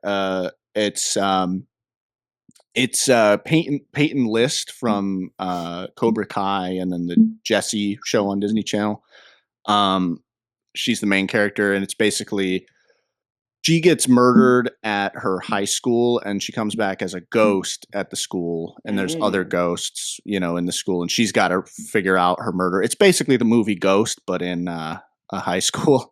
But it's good. It's really well written, and it keeps you guessing. It's got a good mystery, and so I've been watching that with her. It's kind of like a little comfort show. But I like it. I think it's well written, and I always like to, if I have an opportunity to just study, a story and storytelling techniques, I'll sit down and take my mental notes, and that's part of being an artist. You consume the art that you make and see what you can glean from it, whether it's techniques or ideas or just inspiration, whatever. And I enjoy it. And then I am reading one of the best pieces of literature I've read in a long time. It's a horror novel. I think it came out last year, called Rekt by Alex Gonzales, Rekt, Rekt. And no surprise that it was published by it was independently published, so not self-published, but published by like an indie press, indie publishing house. No surprise there because it's very, it's very unique and it feels fresh, you know. And big five publishers, it's kind of it runs very parallel, I think, to Hollywood, where you just mainstream stuff a lot of times feels very samey and Mm-hmm.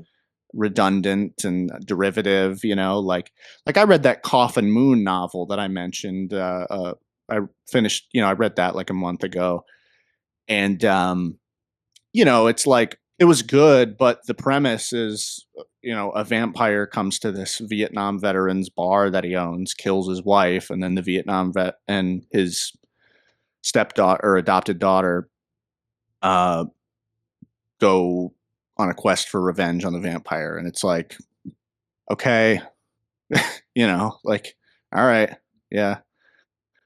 It's derivative, but this novel feels very fresh. It's basically about this college-aged guy who, after his girlfriend dies in a car accident, his high school sweetheart girlfriend that he's been with for 5-6 years, I think, dies in a car accident, and he slowly falls down a dark web rabbit hole where he becomes addicted to watching gore videos on the internet, and it becomes almost like a drug addiction for him. And it's kind of his way of processing the grief.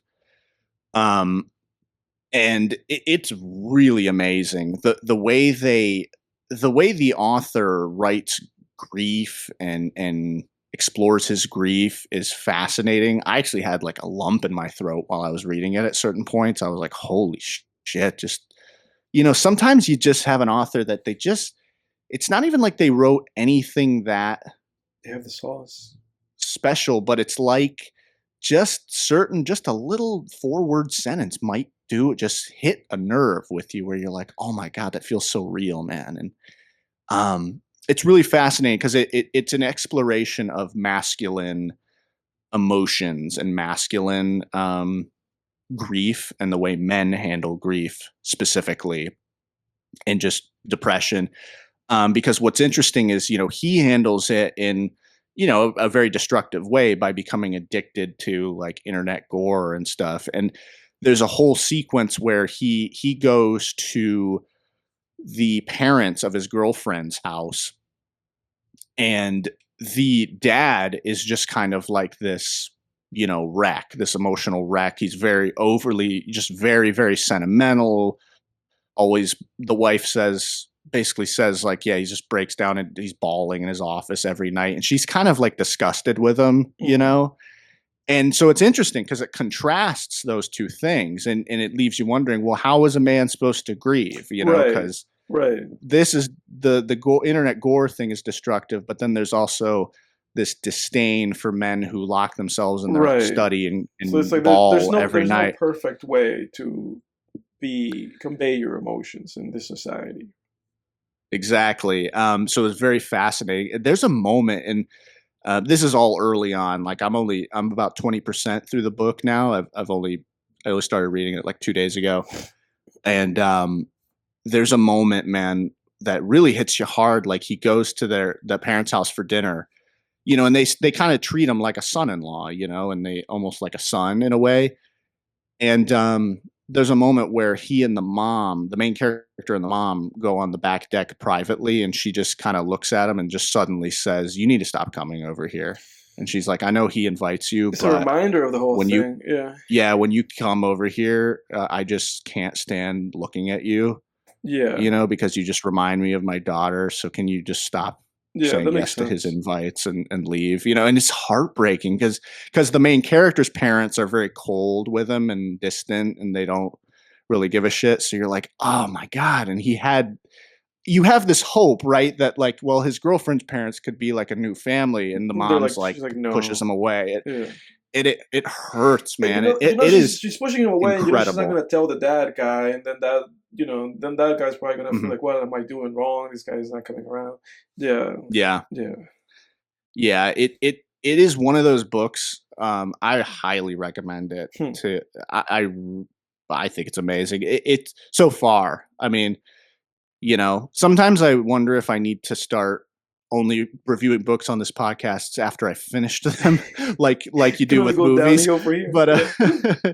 but like the problem is, I'll start a book and I'm excited, and it's going to take me like a week or two to Yeah, and finish you want it. to talk about it. Um, Yeah.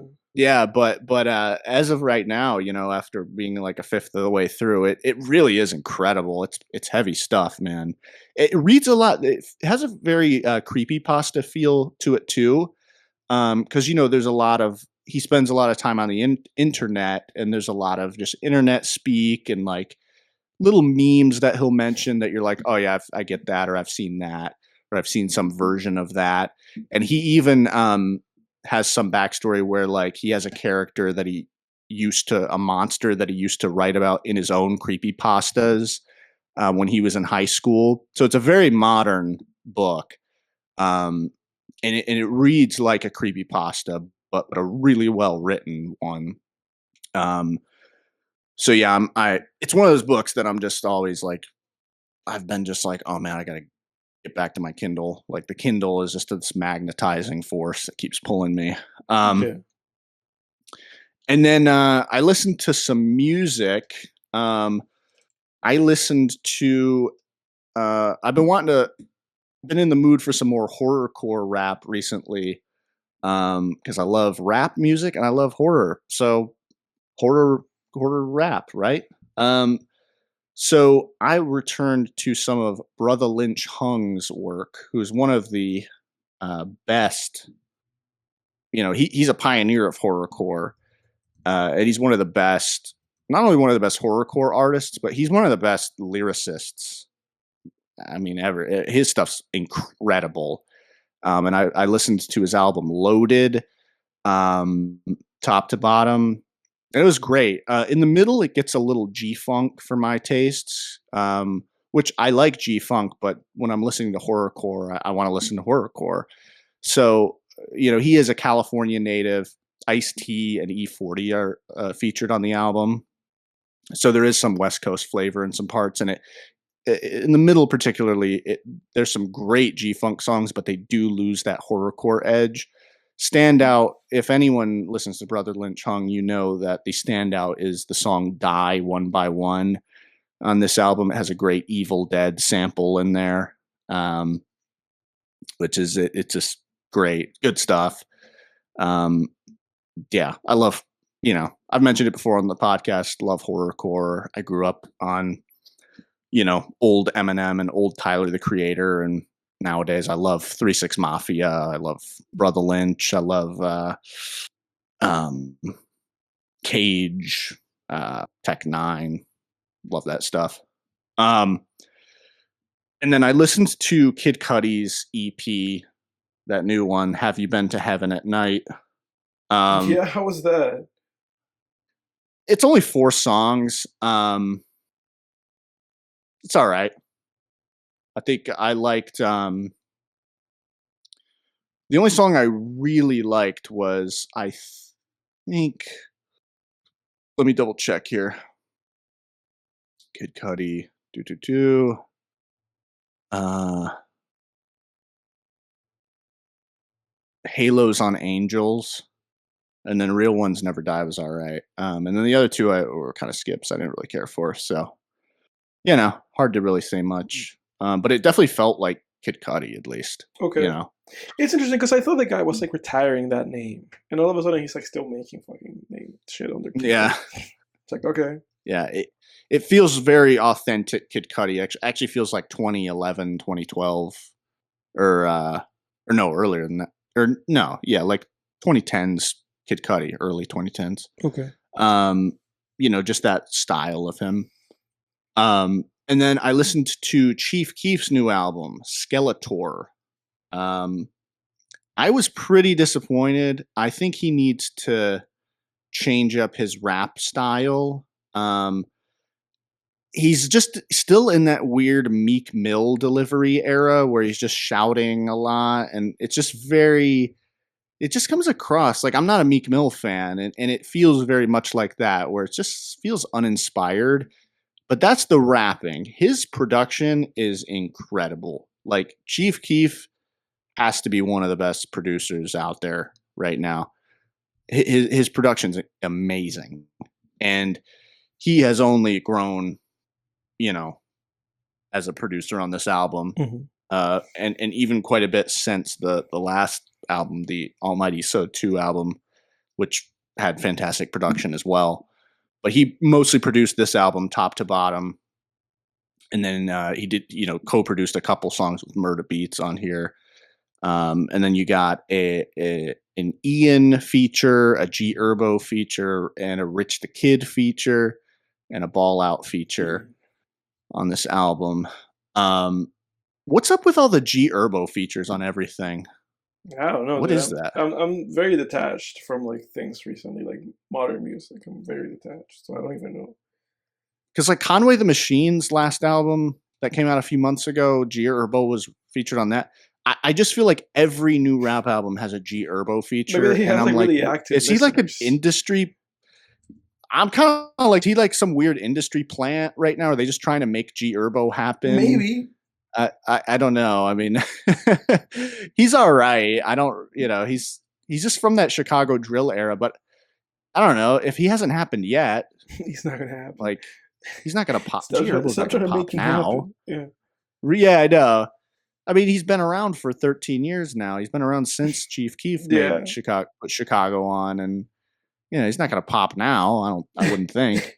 But and finally, actually watching that School Spirits show, I got hit with a wave of nostalgia because they played the song "Crash" by the Dave Matthews Band, coming from the album of the same title. And so I re-listened to that album today. That is an album of my childhood. My parents had that CD playing all the time, in the car, in the house, like on Saturdays if my dad was doing some housework or something. It's always just playing that. That's a classic. Great late 90s, or it might be early 2000s. I think it's late 90s. Alternative rock album. Really awesome. Yeah. Crash by Dave Matthews Band. And that's it for me. Well, I will be very brief, since we're almost out of time. I think last time I talked about this, we talked about Pusha T and that new album that I wasn't very happy about. In the meantime, I got through the queues, which was very quick because I only have like 6 albums in the queues.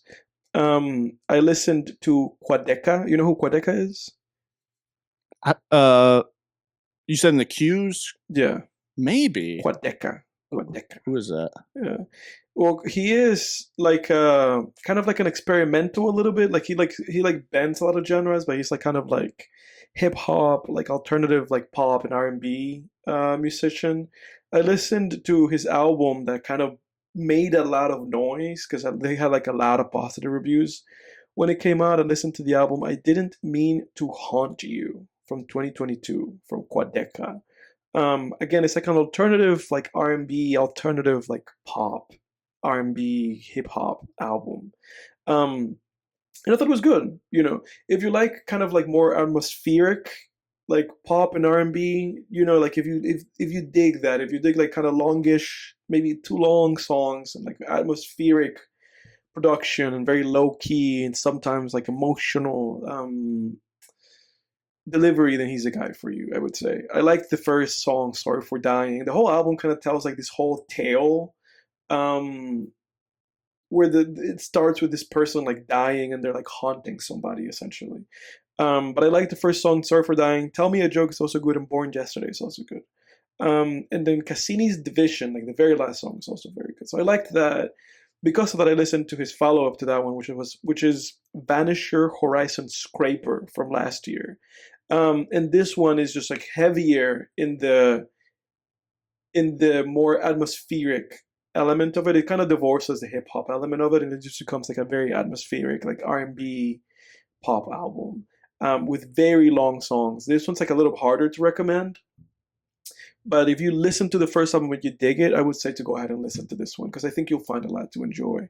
And then from there, I listened to Queens of the Stone Age. I listened to Songs for the Deaf, and I listened to like Clockwork.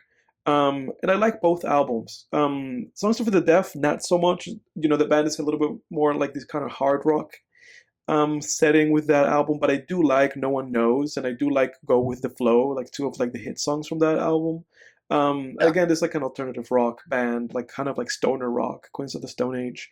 I like Clockwork more, like their 2013 album. I like that one much more.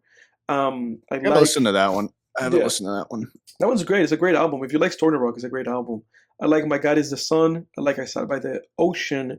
I like The Vampire of Time and Memory. I like that one very much. And I like Clockwork. I think they're both like really good albums, and I would recommend them. Yeah. And Great then band. I went into the R's, and I'm in Radiohead. And because all that I do most of the time is listen to Radiohead, I'm not listening to Radiohead, so I'm skipping it. So be Nice. excited to listen to not Radiohead for next time that we do the recaps. But that's Respect. it, everybody. That's our time. Thank you very much. I hope you enjoyed this episode of Film Tangents. If you missed Jack, write in the comments, where is Jack? Hashtag Jack, please come back. If you made it to this point, put that in the comment section. I hope you enjoyed this show. Jake, what do you have for next time? Well, you know, if you're listening right now, Easter was yesterday, but I do actually want to do an Easter special this year. We haven't done one ever, and I always like to, you know, get at least a couple new holidays on the calendar each season. We're going to run out eventually, but you know, of new holidays we can do. But we've never done an Easter special, so I thought we would do an Easter special where we watch a special that I've actually never seen before. It's the Easter Beagle Charlie Brown. So we'll just have a little fun. Okay. Do a little Easter special for next week. All right. So yeah. Okay. Happy Easter, everybody, everyone who celebrates. And yeah, thanks for listening, folks. Thanks for listening, everybody. Happy Easter. Have fun. Enjoy your time with your folks. And get excited for the Easter Beagle Charlie Brown. Happy festivities for everybody. And thanks for listening. Next time on Film Tangents, we're out.